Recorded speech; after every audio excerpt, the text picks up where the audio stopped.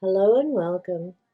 This week I'm reading from Once Upon a More Enlightened Time, the second book by James Finn Garner.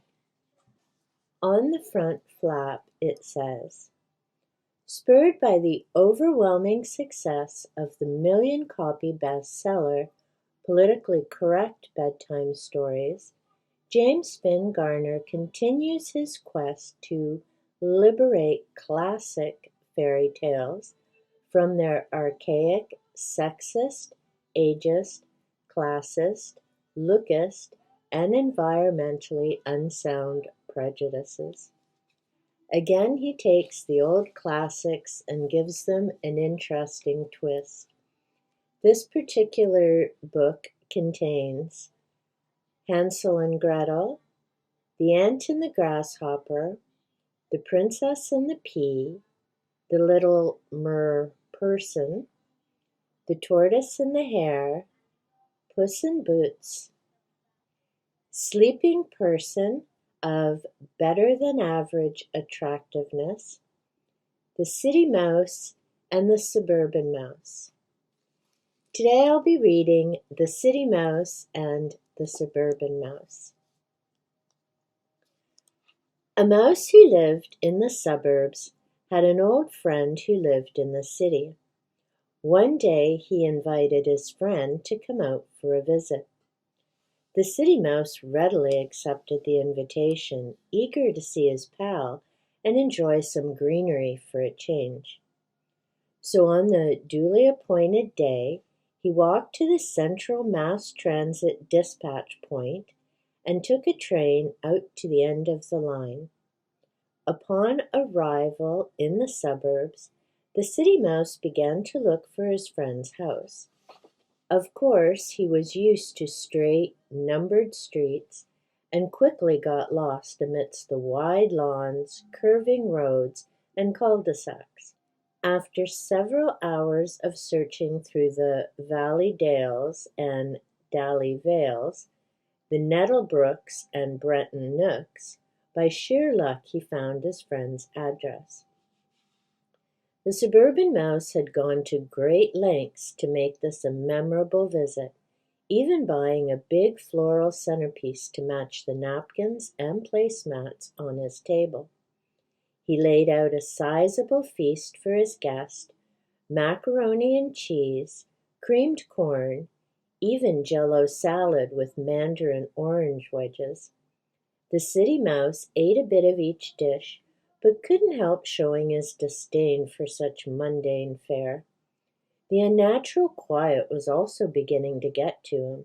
The only sounds he could hear were the clicks of lawn sprinklers and the roar of distant lawn-mowers. After dinner, the suburban mouse handed the city mouse a no-alcohol light beer and suggested they do a little channel surfing to pass the time. The city mouse said, "My friend, life is too short to live this way. Look at you. Your food is dull, your entertainment is dull, even your hairstyle is 15 years behind the times." The suburban mouse was taken aback, especially by the comments about his hairstyle. Heavens, what should I do? "Come visit me in the city next week," was the reply, "and we'll enjoy more diversity and excitement than you've ever dreamed of.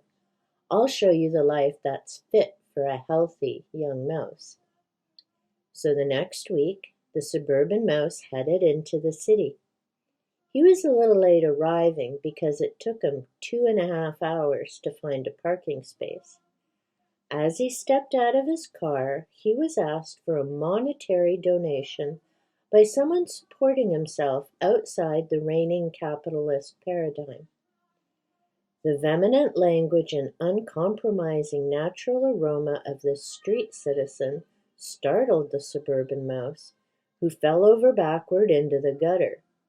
After he picked himself up from the grime, 2 police officers began to harass him about interfering with the quality of life in the neighborhood and inquired whether he'd be so kind as to refrain from showing his stupid face around there again, or he'd be buying himself a mess of trouble.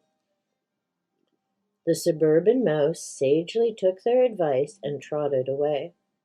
A half-block away from his friend's apartment, the visitor was interrupted by a former client of the correctional system who liberated the mouse's watch and wallet in return for the gracious offer of letting him walk away in one piece.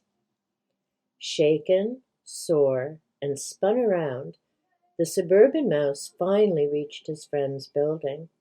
No sooner had he done so than the city mouse ran down the front steps. "Where you been? Come on, we'll be late for our dinner reservations." "But he squeaked breathlessly, his paw over his heart.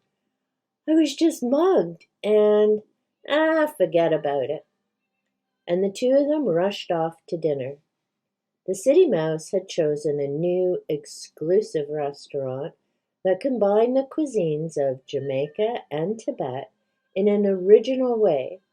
Its most popular dish was the jerk yak. There was a long line of customers waiting outside the restaurant, but the mice enjoyed a private dining area in the alley by the kitchen. They feasted on scraps of some of the finest and costliest fare in the entire city. The suburban mouse didn't recognize any of the food and wouldn't have been able to pronounce the names if he had, but he was thoroughly enjoying himself. His earlier troubles faded into the background as he gobbled away hungrily next to his friend. Then they slipped out for cappuccino and cannolis.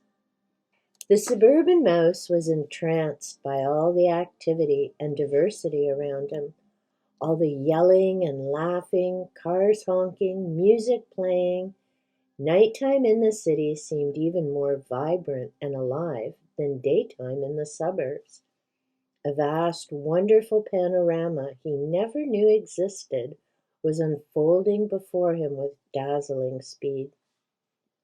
On the way home, in front of the Tropical Pet and Retread Tire store, a pair of unlicensed sex workers tried to engage them in conversation. "Hey fellas, how about a little transaction in the personal services sector?" said one with refreshing candor about the true nature of all male-female relationships. The suburban mouse thought this was all marvelously colorful and authentic, and he began to ask the sex care providers where on earth they went shopping for their boots. The city mouse, not wishing to cause a scene, grabbed his friend's arm to lead him away and continued walking. Just past the 24-hour copy shop and Marshall Aid's Emporium, a man came up to try and sell them some watches. The suburban mouse thought one of the watches looked suspiciously familiar, but still they kept walking. Finally, on the street where he had parked his resource-guzzling, air-befouling automobile, he could find no trace of it. They towed away," he stammered. Forget about it." 5 floors up in the city mouse's studio apartment, they capped their night off with a bit of Armagnac. The city mouse said, "See the excitement you're missing, living way out in the sticks where you do?" "Oh, I do," the suburban mouse said earnestly. "This has all really opened my eyes. Life here has so many possibilities. I can never thank you enough for such a wonderful night." Forget about it." "No, really, this has been a groundbreaking evening," said the suburban mouse. "I feel so alive. It feels like life is a huge Broadway musical, and I've got the chance to play the lead. This evening has allowed me to accept things I've never have before. And I'm so grateful to you that I want you to be the first to know I'm coming out of the wainscoting." "You're what?" asked the city mouse. I'm attracted to other mice, he said. Well, it's a good thing, seeing you're a mouse and everything. No, said the suburban mouse, I'm talking about mice of my own gender. After an infinitesimal pause, the city mouse exclaimed, That's great! Thank you for sharing that with me. It's not exactly my piece of cheese, you understand, but I applaud your acceptance of who you are. If I can help in any way, help in a general sense, that is, don't hesitate to ask. Since you mention it, the suburban mouse said, would you allow me to stay here with you until I can sell my baseboard in the suburbs? Although the city mouse didn't really have enough room in his place, what could he do but welcome his friend and lend him support as he embarked on his new life? Tempers flared a few times, such as when the city mouse scratched a couple of his friend's Judy Garland records, but things went smoothly overall. In a few months, the ex-suburban mouse found his own place downtown, as well as many new friends and interests. And every Halloween, the city mouse and the ex-suburban mouse got together for the big parade and celebrated another life saved from the shackles of monotonous middle-class conformity.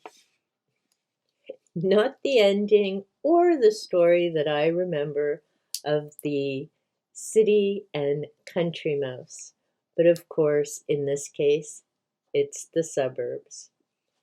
Let me know in the comments down below if you enjoyed James Finn Garner's take on the old classic. And as I said, this was a reading from Once Upon a More Enlightened Time, James Finn Garner's second book. If you enjoyed, remember to click on that like button, leave me a comment down below as that helps my content to get out to other like-minded souls. If you haven't yet and you enjoy content of a bookish nature, nature videos, or silly cat videos, be sure to hit that subscribe button and turn on the notification bell so you know when I upload content that may be of interest to you. Until next time, take good care.